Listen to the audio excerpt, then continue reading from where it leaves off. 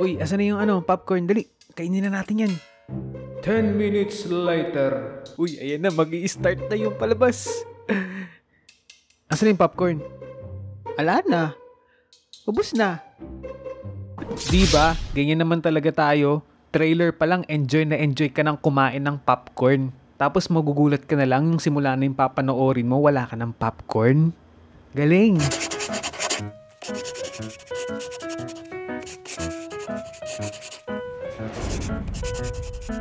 Nangyari na ba sa inyo yung kapag nanonood ka sa loob ng sinihan, is sobrang focus ka sa panonood, yung ready ka na sa mga punchline, yung maglalaban na si Captain America at si Iron Man, at biglang may iiyak na bata, ang ingay-ingay, imbes na yung pinapanood mo yung naririnig mo, puro iyak yung napapakinggan mo, ni hindi man lang saway ng kanyang mga magulang. Ang ginagawa lang, shh, shh, ano yun? Shh, shh. Try nyo kaya muna lumabas, no? Ano po? Titigil po ba yan? Ha? Akala mo drama yung pinapanood eh. Ang sarap pong... Meron din yung may malikot na nakaupo sa likod nyo. Yung relax na relax ka na sa upuan mo habang nanonood ng Avengers. Ay sipa naman ng sipa yung nasa likod mo. Hoy, ano na boss? Huh? Okay lang ba itigil mo yung paninipa sa likod ko? Nanonood ako dito, ang kulit-kulit yung paa mo eh. Kanina pa sipa ng sipa. Nagta-taekwondo ka, ha? Training yarn? Captain America yarn? Napakadumi pa ng paa neto. Psst, psst.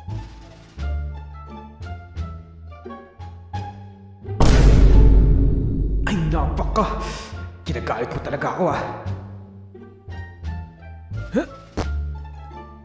At syempre, kung merong makulit sa likod, meron din makulit sa harap. Ito, yung mga taong walang pakialam sa mga nanonood nasa likuran nila. Sobrang likot eh, akala mo siya lang yung tao. Naalala ko nung nanood ako ng sinihan last time. Merong ganitong tao na nasa harapan ko. Ayos siya ng ayos ng jacket niya. Eh ang pinapanood ko pa naman nun, yung Doctor Strange. Syempre yung ibang superheroes na nandun, kahit ang bilis silang mamatay, gusto ko rin mapanood. Tapos itong nasa harapan ko, hindi siya mapakali. Di mo alam kung may bulate ba o anaconda na gumagalaw sa puwet niya dahil hindi siya mapakali. Tapos ayos pa siya ng ayos ng jacket niya. Pre, ayos lang ba? Steady ka lang dyan? Patahimik mo nga yung bulate sa puwet mo. Ay Diyos ko, ano ba tong mga taong to?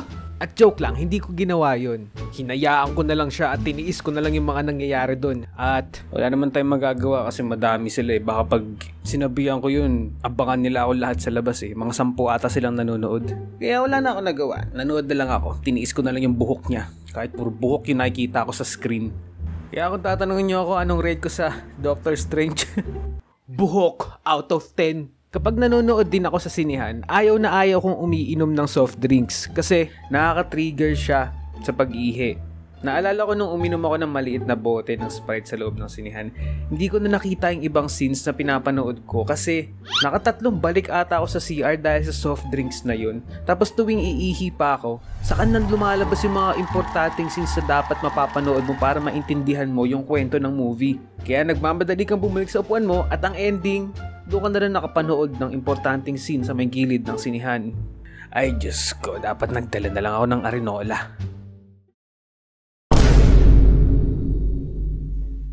At naranasan niyo na bang masiraan ng projector o ng computer sa loob ng sinihan? Isang beses nung nanood ako ng sine, ayos naman sa una. Kumakain pa ako ng masarap na popcorn nilang ginto ang presyo at umiinom ng fresh water. Nang biglang nag-freeze yung pinapanood namin. Tapos biglang nag-react lahat ng tao sa loob ng sinihan. Uy, ano na? Sayang pinahid namin. Uy, ayusin nyo yan! At pagkalipas ng ilang minuto, inulit na lang yung part kung saan nag-freeze yung pinapanood namin. Pero nag-freeze ulit at inayos at nag-freeze ulit at pagkatapos ng ika-10,000 ulit, nakapanood na kami ng maayos. Worst sinihan experience yan. May mga problema din ako napansin sa loob ng sinihan. Di ko alam kung nasa rules nila yon. Medyo madilim or mababa ang brightness ng projector. Tapos minsan sobrang lakas ng sounds, yung mabibingi ka na sa loob ng sinihan pero kailangan mong tiisin kasi ang mahal-mahal ng binayad mo. At speaking of brightness ng screen, last time nung nanood ako ng IMAX, wow, social. Actually, isa to sa pinagsisihan ko pala. Maiba muna tayo ng kwento. Noong bumili kasi ako ng ticket para manood ng Thor, Love and Thunder, tinanong ko kung may available silang 7 PM ng gabi kasi ang kasalukuyang oras nun ay 6:45 PM.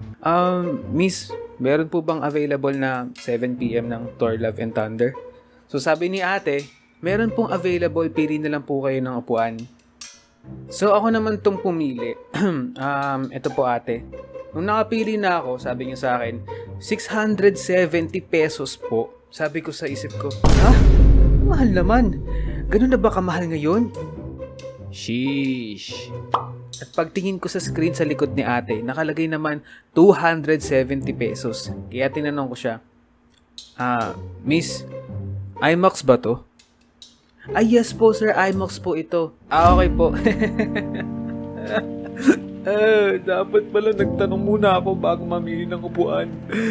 Anyways, back to screen. Yung problema ng screen sa IMAX, nagfi-flicker. Noong una nga akala ko sa mata ko lang tapos hinayaan ko lang. Pero nagfi-flicker talaga siya malala. Siguro mga kalahati ng movie ang hindi ko na-enjoy dahil sa pagsuot ko yung 3D glasses na ang lakas-lakas ng flicker. So 2 hours ako nanood ng parang nawawalan ng kuryente sa loob ng sinihan. Hindi ko na lang pinansin ng kalahati na para kahit papano ma-enjoy ko. Diyos ko Lord. Boss, yung madaldal, alam mo ba nakaka-istorbo yun? Nanonood kami dito, kanina ka pa vlog ng vlog dyan. Baka naman pwedeng tumahimik ka na, ha? Oy, ano ba yan? Manahimik na kayo. Oy, tama na yan mga boss. Oy, tigil na yan guys. Shhh! Hoy, ano ba yan? Ang iingay nyo. Itigil nyo nga yan. So, ano natutunan natin sa video na to? Huwag na lang manood ng sine. Mag-download ka na lang para walang istorbo. Libre pa. At pwede pang i-post kapag naihiga. At i-help mo ma-reach ang 100 million, 1 million, 550 million subscribers. Subscribe! Ay, wait lang. Di pa tapos. Guys, nakita nyo ba yung pinapanood ko? Nagvo-vlog na nga pala ako sa second channel ko. Check nyo, dali. Ayan o, nag-face reveal na ako. Kita nyo? Kaya subscribe na rin kayo dun sa second channel ko ha. Yun lang, bye!